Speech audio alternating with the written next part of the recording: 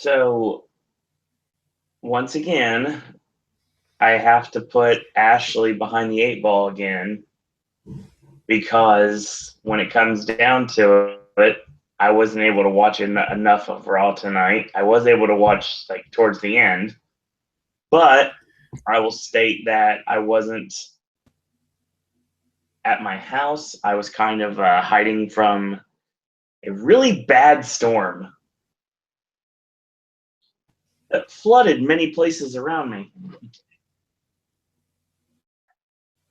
Mm-hmm.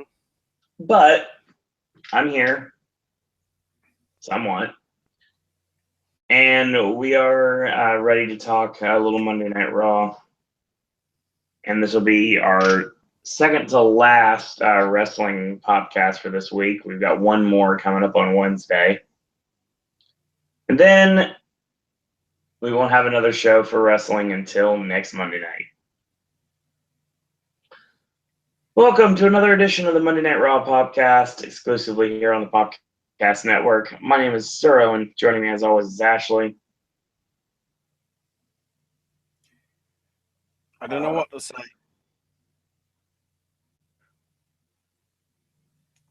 Understandable. You know, we live in a world where apparently people want to cause death and injury to kids going to an Ariana Grande concert. Lame.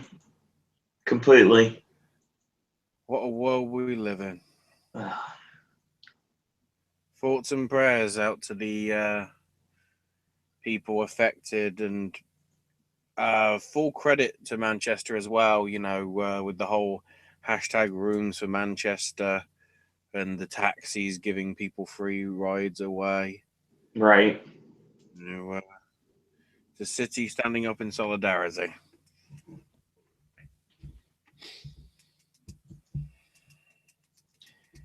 Okay, let's move on to trivial stuff like wrestling. All right. Which is weird because tonight started off like a more promising show and then just sort of petered out into, yeah.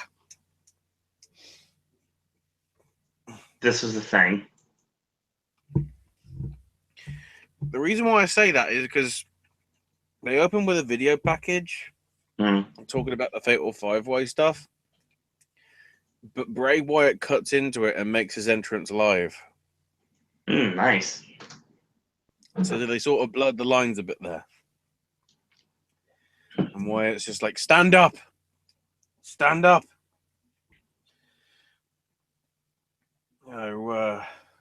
Stand up because soon all you slaves of the beast will be liberated. All stand up for the one true savior, Bray Wyatt. The beast cometh.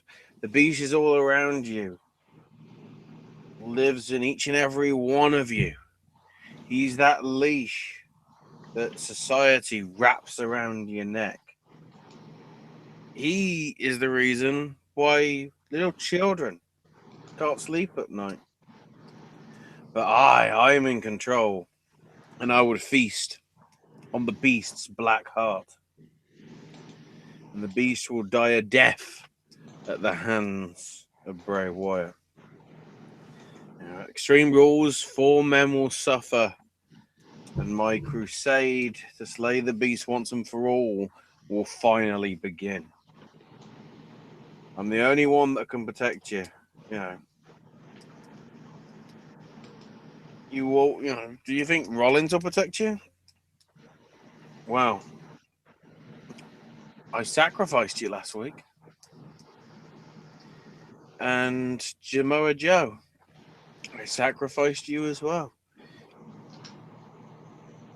No, there are no friends in this world. There's only followers. Just ask Finn. All the fans try to live vicariously through him. But in the end, the beast knows that only Bray can slay the beast. And then we come to Roman. He declares this place to be his yard. And forgive me for being rude, Mr. Reigns, but what does one silly yard mean to a man who owns the world? It's Jeff Jarrett's world. And then because he said Jeff Jarrett, Roman Reigns came out and went, "Oh, good, my role model." And says, "Look, if you want it in your mouth, do it to my face." And White is just like, "Nothing's changed, I see, after all these years. You know, your temper got the best of you. I was the only one. I'm the only one that can beat Lesnar, Roman." And Roman's just like, "Well, that ain't gonna happen because I'm beating all four of you at Extreme Rules, and then I'm beating Lesnar. But the only thing I'm worried about for tonight is getting you out of my yard." Then Kurt comes out and says, "Well, you're both considered favorites for this thing. So I want to know who's going to carry the momentum into the 5-way. So where's the ref? We're having a match." Which was okay for what we had. And then, of course, the Joe comes out and attacks, basically puts Reigns in the clutch. Then Wyatt sort of beat down Reigns as he was down. And then Joe puts Wyatt in the clutch. Then Rollins runs out. Reigns hits Bray with a Superman punch. And then, of course, the fans are going, "Oh, look, the Shield's back." No. So after the break, Reigns is like, "Seth, why'd you come in to help me?" And Rollins said, "I didn't do it to help you. I was just there to get a piece of Samoa Joe." And Angle says, "Okay, if you want to interact in each other's matches and whatever, we're making it a tag match later tonight. Going to be Seth and Roman, you two, versus Wyatt and Joe." And they walk off. And then Drifter shows up. And Angle says, "Well, you got my attention this week. Also, I've noticed that you actually haven't had a match on here yet. So I'm going to give you a match later tonight against Dean Ambrose." And like Elias just stares into space and then strums off. Literally. So now it's time for the cruiserweights, which, by the way, 127 seconds. Kendrick's been the back, like interjecting comments. Sorry, just saying like, "I'm the teacher, he's the student. He's an idiot for doing the ha ha ha thing." One thing that was interesting, Tozawa won with a senton bomb with what felt like 4 months of air. No, he hung in the air for a heck of a long time. Was that Tuck Senton?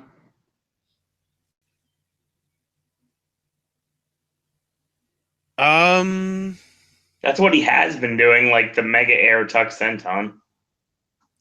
Yeah, probably. Certainly it was a senton bomb because he basically didn't flip over like Jeff does. He basically just did a quarter turn in the air.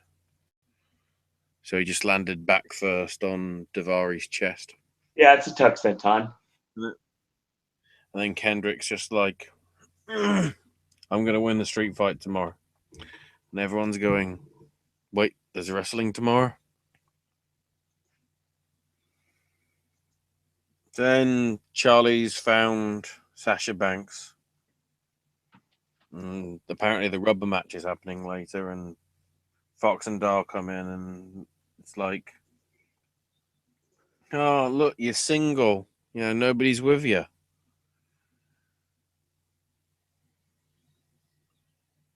And Dahl said, I'll tell you what you are. And Sasha's just like, go on. What am I? And Dahl's just like, well, you're being so rude, I won't tell you.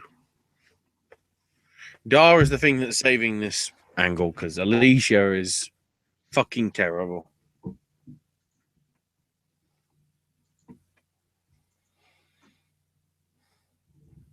So Elias Sampson is now strumming away in the ring, doing a song about his upcoming match.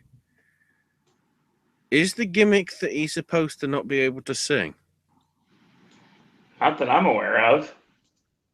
Because for the first two lines, he was out of key like a son of a bitch. Wow. Also, the crowd was that fucking loud, you nearly didn't hear him perform. Ooh.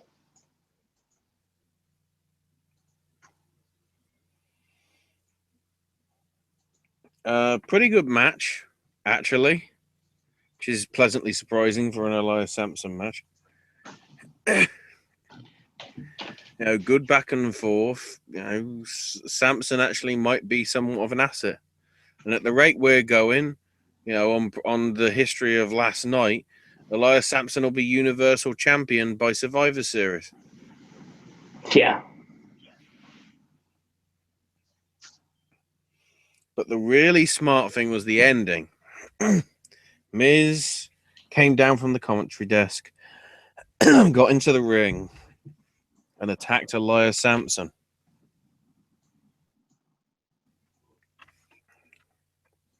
A ref calls for the bell, and of course that means the winner by DQ is Elias Sampson.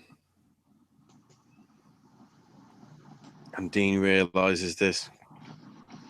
Goes after Miz. There's sort of a Benny Hill sort of chase. He eventually grabs him. Goes for dirty deeds, but Sampson punches him in the back and then hits his swinging back breaker, is it? Or swinging neck breaker? Swinging neck breaker. I can't remember what name that had. Sampson's cut? I don't know. Honestly, he has done like so little when it comes to actual in-ring wrestling. I don't think it actually has a legitimate name yet. Or just said because of Sampson. The Elias cut, the Sampson cut. I don't know.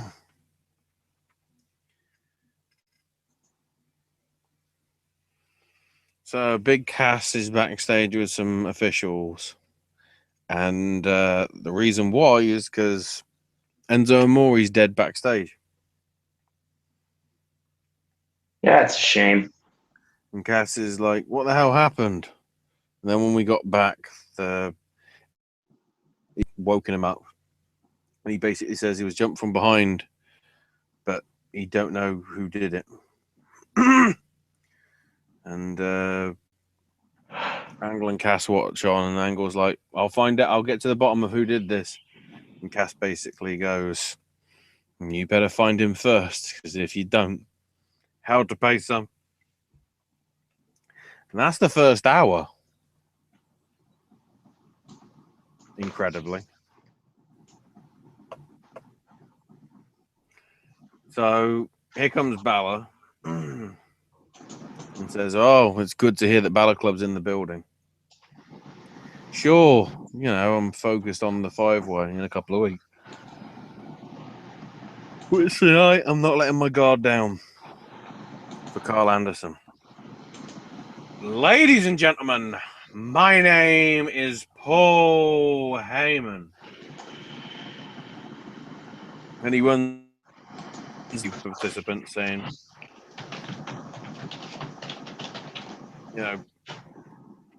Bray Wyatt, he'd be a victim. Seth freaking Rollins in the freaking fatal freaking 5-way would be a freaking victim. Coquina Clutch versus Kimura. Samoa Joe's a victim. And then comes the man that laid the dead man down.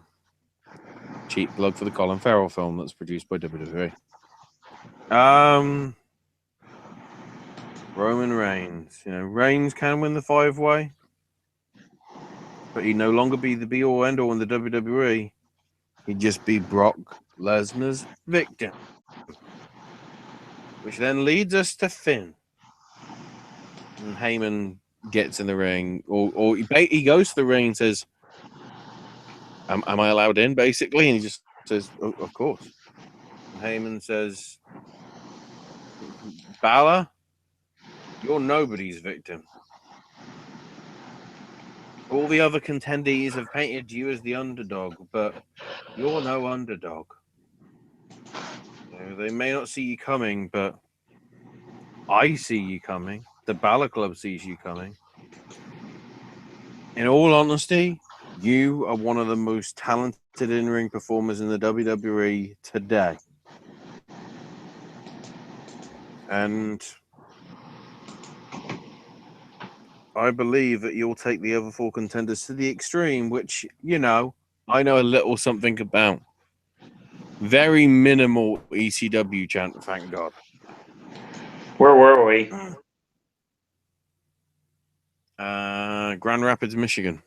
That would there were It was a ECW house shows Saturday, in Michigan, but and it wasn't like a grand sort of ECW chant, though, like he would have done in more hardcore town, arguably. makes sense.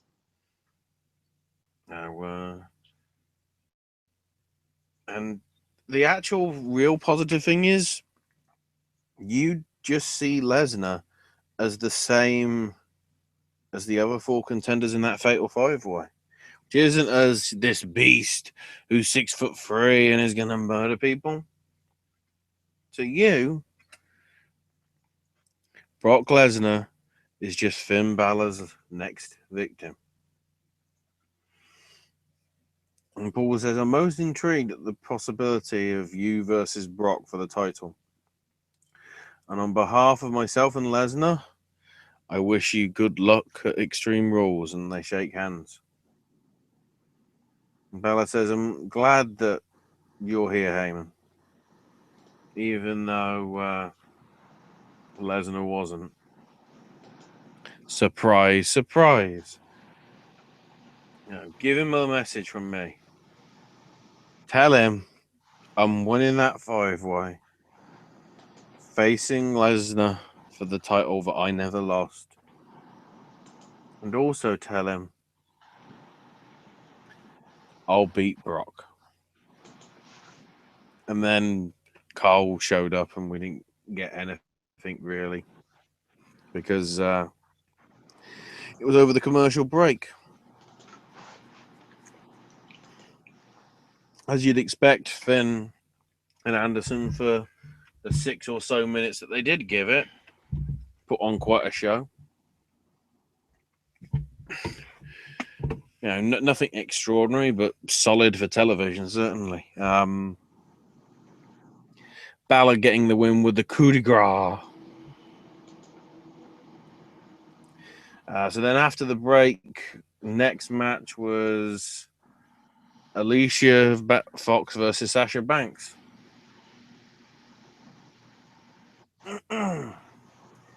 Which Sasha won in 133 seconds. Women's wrestling. Yay! Sasha basically got the win with her double knee drop when bridged across the middle ropes. Afterwards, Dar and Sasha started arguing, and Banks just bitch slapped Dar. And then Fox attacked Sasha from behind, gave her the scissors kick, and the heel celebrated. I'm guessing we're going to be having a mixed tag possibly at Extreme Rules. It's a good possibility. On the pre-show with Cedric. Probably.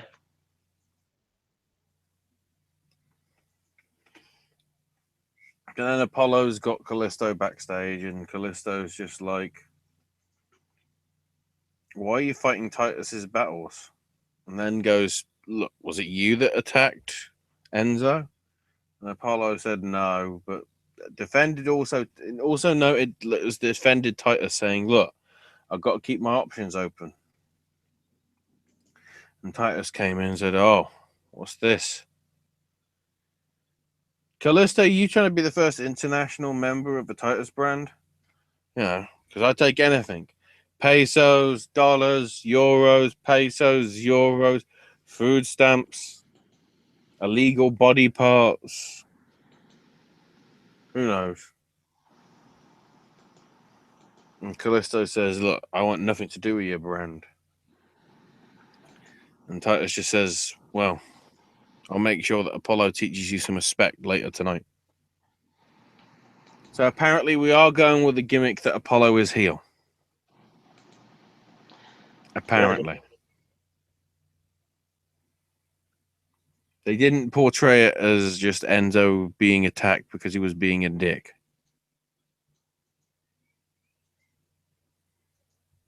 I mean, if Titus attacked him, then, fuck Titus.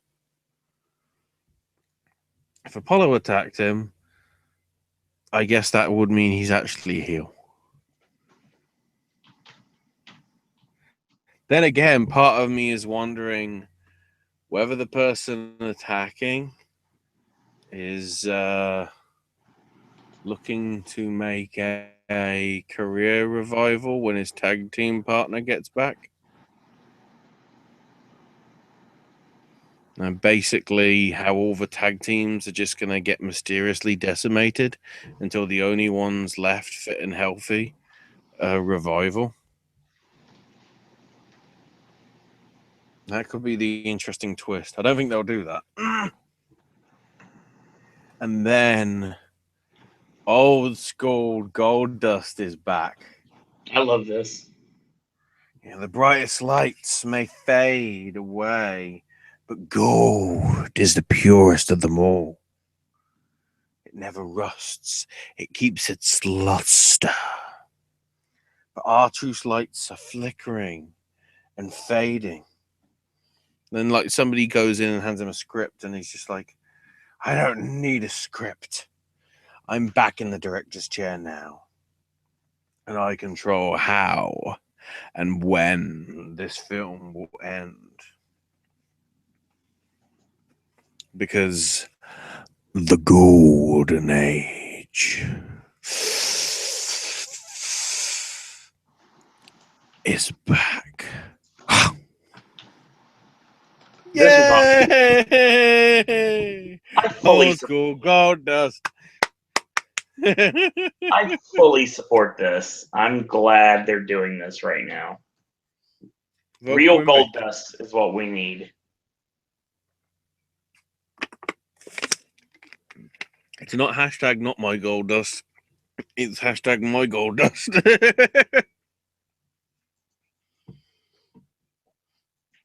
And we've got Alexa Bliss backstage with Dakar Caruso. And they recap the cane strike on Bailey, which had a pretty good bruise on last week. And Alexa's just like, that sound of the bamboo stick hitting her back made me salivate. Now I'm going to make sure Bailey's back will be tattooed in whelks. Because, in all honesty, Bailey isn't capable of going extreme because it isn't in her DNA. And just like I'm going to do to Mickey tonight, I'm going to take Bailey's dreams and turn them into nightmares. Yay! So then we had Apollo Crews and Callisto, which amazingly Callisto won. Basically because Crews got distracted by Titus, who was screaming at him to do the pounce on Callisto. and Titus gave him some advice afterwards. So I'm now confused as to whether Apollo actually is heel or face. What are they doing?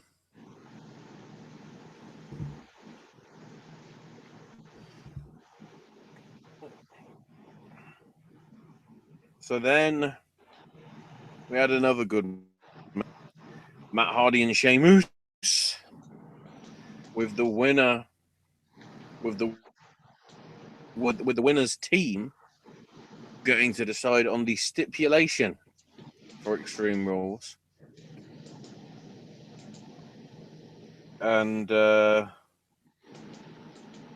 thanks to some failed interference from Cesaro, which Jeff managed to take Cesaro out for, Sheamus gets hit with a twist of fate from Matt. The Hardys win. And Caruso's there on the stage and interviews Matt and is like, what match are you going to be having? Yes! Don't worry. We won't be able to go anywhere, guys, because the match we choose is a steel cage match.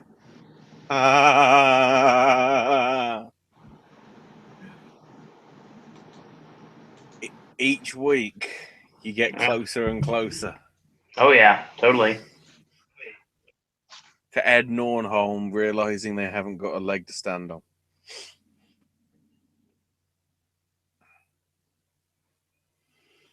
They then run over the fact, and it was announced, I think, on like Facebook or YouTube or whatever.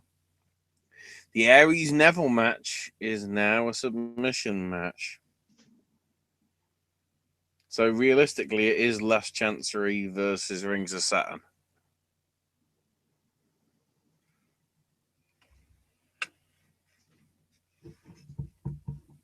So that obviously played into the deal because Aries was taking on Nice. And Nice won with Last Chancery. I mean, Aries won. It actually went from a guillotine choke into a Last Chancery, didn't it? Yeah. Submission transitioned into submission. So Aries won. And then, yeah, after Aries won, Neville went to Nice and put him in the Rings of Saturn and just stared at Austin. So don't go after your opponent. Go after.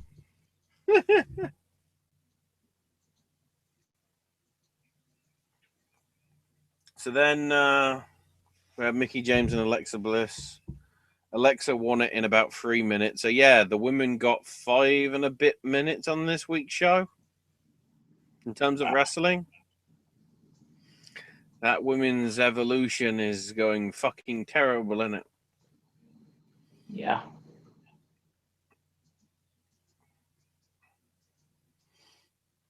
The great thing is this was so one-sided. Mickie James did everything, and then Alexa just sort of hit her with her right hand, hit the DDT, and that was it. And then Alexa pulled out the kendo stick, hit Mickie with it. Bayley ran out, grabbed it, and teased, hitting Alexa.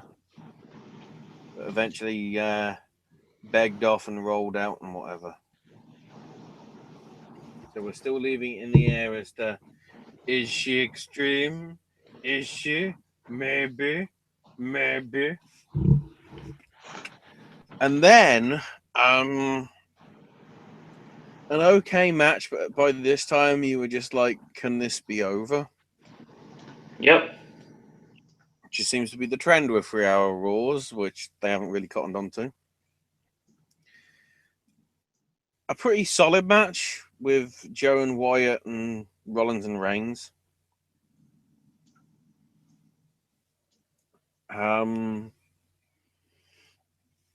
Joe and Bray sort of got the win because Roman got hit with Sister Abigail by Wyatt outside the ring, and then Joe put Seth in the Coquina clutch. So the heels managed to coexist somehow. Pretty good match. I mean, you saw most of this one, didn't you, Owen? I did, actually. I mean, some good stuff here. I don't care about Roman. I'm not going to. But I do like this weird grouping of Bray Wyatt and Samoa Joe as a team. Yeah. I dig this team greatly. Yeah, good stuff in this match. I mean, Rollins ends up getting caught in the Coquina clutch and Joe taps him out. I like that. Bray got rid of Roman, was set it up. I mean, it was a clean win. That's all we need sometimes. And then after it's over, we get Kurt Angle in the back, and he's talking to Finn Balor, and they set up the main events for next week. Oh yeah, because Finn's just like, I don't want to miss out on all this fun next week. You know, I want one of those guys that won. And Kurt said, well, I'll do something better. You're going to face two of them. Because it'll be Samoa Joe versus Bray Wyatt versus Finn Balor. Yeah. As if we need that university being brought up with all the allegations of it. Not wise. Which, of course, means next week Seth Rollins versus Roman Reigns as well. So they're trying to go in strong to head into the pay-per-view. This is where we bring up the stupidity of fucking SmackDown now, I would argue. Okay. Because today they announced that SmackDown on June 12th in New Orleans, the last time they're going to be there before Mania, we'll be having 3 big matches already confirmed. Nakamura versus Ziggler. AJ versus Kevin Owens for the US title. And Jinder Mahal versus Randy Orton for the WWE title. Yeah, that's when Orton wins the title back. All 3 of these matches are the go-home show for the pay-per-view.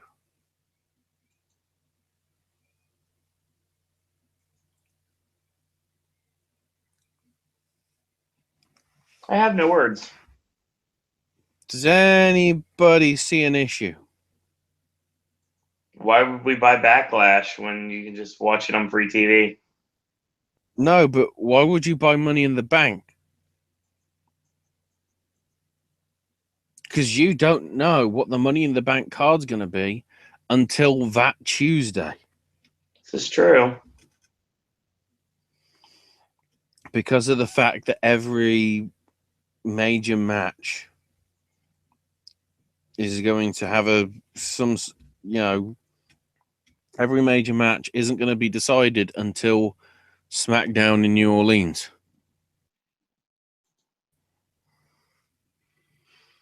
Bloody hell.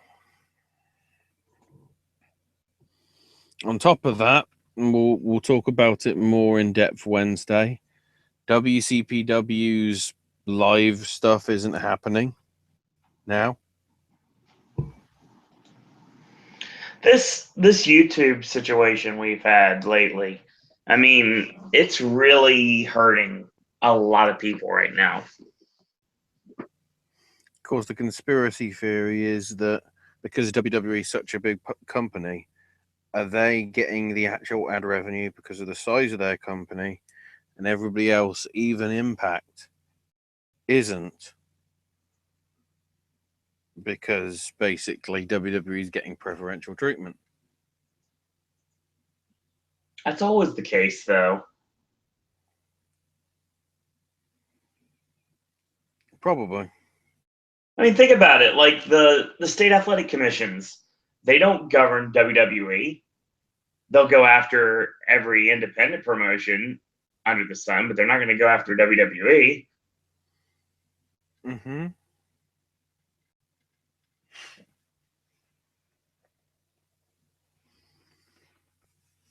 I think, yeah, it's just, I mean, there's not much to talk about right now. Oh, you wait till Wednesday. We've got SNL, which was a really good show. Especially because you have the one bit where the entire audience was shocked with the evil scientists award, and this mild mannered scientist comes and says, "I've created a robot that molests children," and everyone was like, "Whoa!" Even the audience were like, "Whoa!" And of course, you had the cameos from Scarlett Johansson and Tom Hanks. Yep. Which was a bit special. Then you've got cars being destroyed and people getting fired. You gotta love Mexico. I like the bit on the Jurassic Park River Adventure. And you can't forget one of the best things with Dwayne and Bobby Moynihan. I love Coco versus Trash Yard Mutt. The number 2. Oh my God. It was so good last year that they did it again. And what was the other?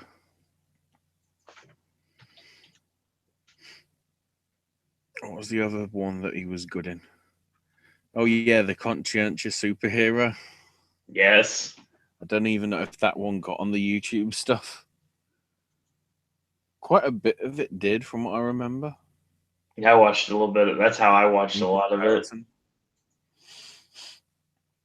But yeah, so we got that. We've got punches being thrown at UFC retreats. Not even in the UFC itself. God bless. We got Bellator. We've got a full schedule now as to what's coming up for What Culture. Yeah. Obviously the live shows aren't happening, but we now have a full schedule, including dates for everything now remaining with the Pro Wrestling World Cup, which you didn't really have before.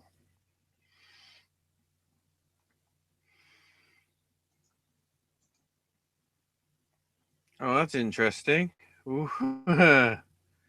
Progress Wrestling are running a show in Queens, New York. What?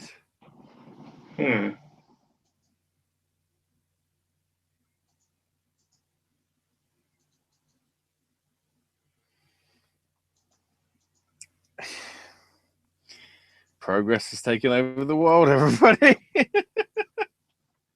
It's Blimey.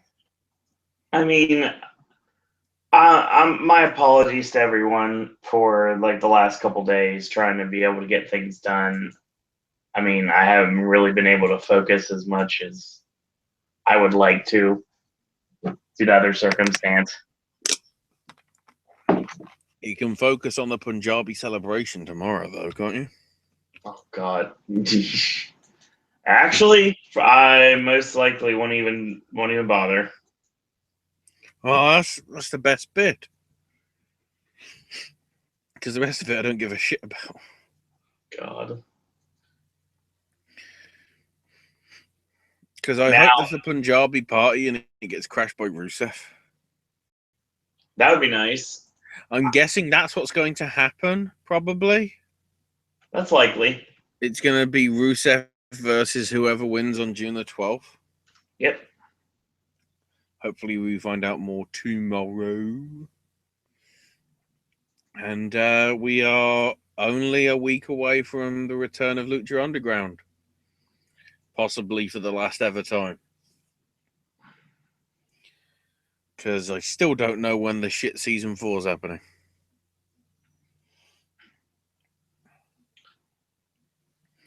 Plus PWG, and then probably the big two for this coming weekend in terms of the indies would be Progress Wrestling's tournament and probably the JT Lightning.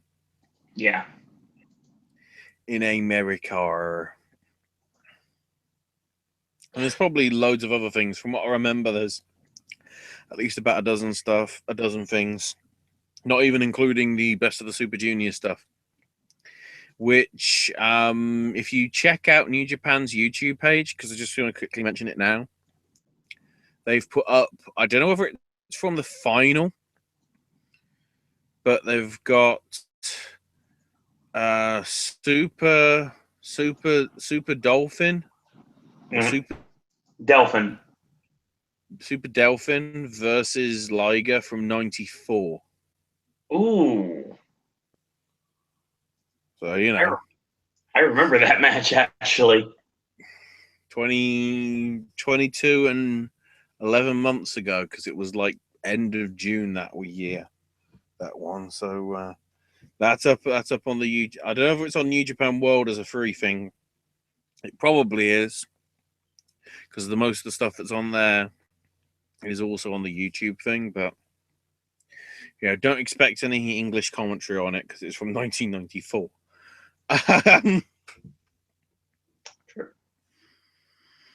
Now I'm just hoping that they just become really stupid and go, oh yeah, we're putting the Wrestle Kingdom match up for free the week before Dominion, and then everybody has no excuse to not see it.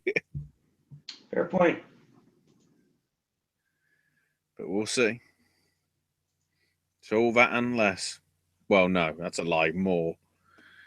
Coming Wednesday. Wednesday at 9 p.m. on the Wednesday Wrestling Popcast. So hopefully after Wednesday and Wednesday moving forward, we'll be a little bit more into it, I guess you would say. I guess that really at this point depends on exactly what's going on. Huh? Be into it. It's Monday Night Raw. Be into it. Yeah. That's a paradox.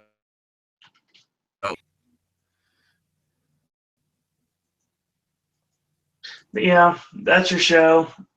There's really nothing else we can discuss right now because, like, that's it.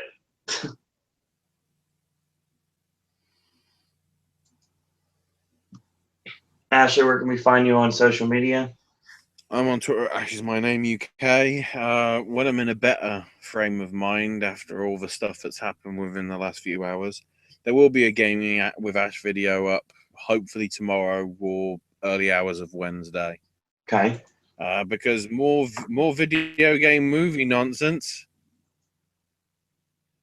Because apparently...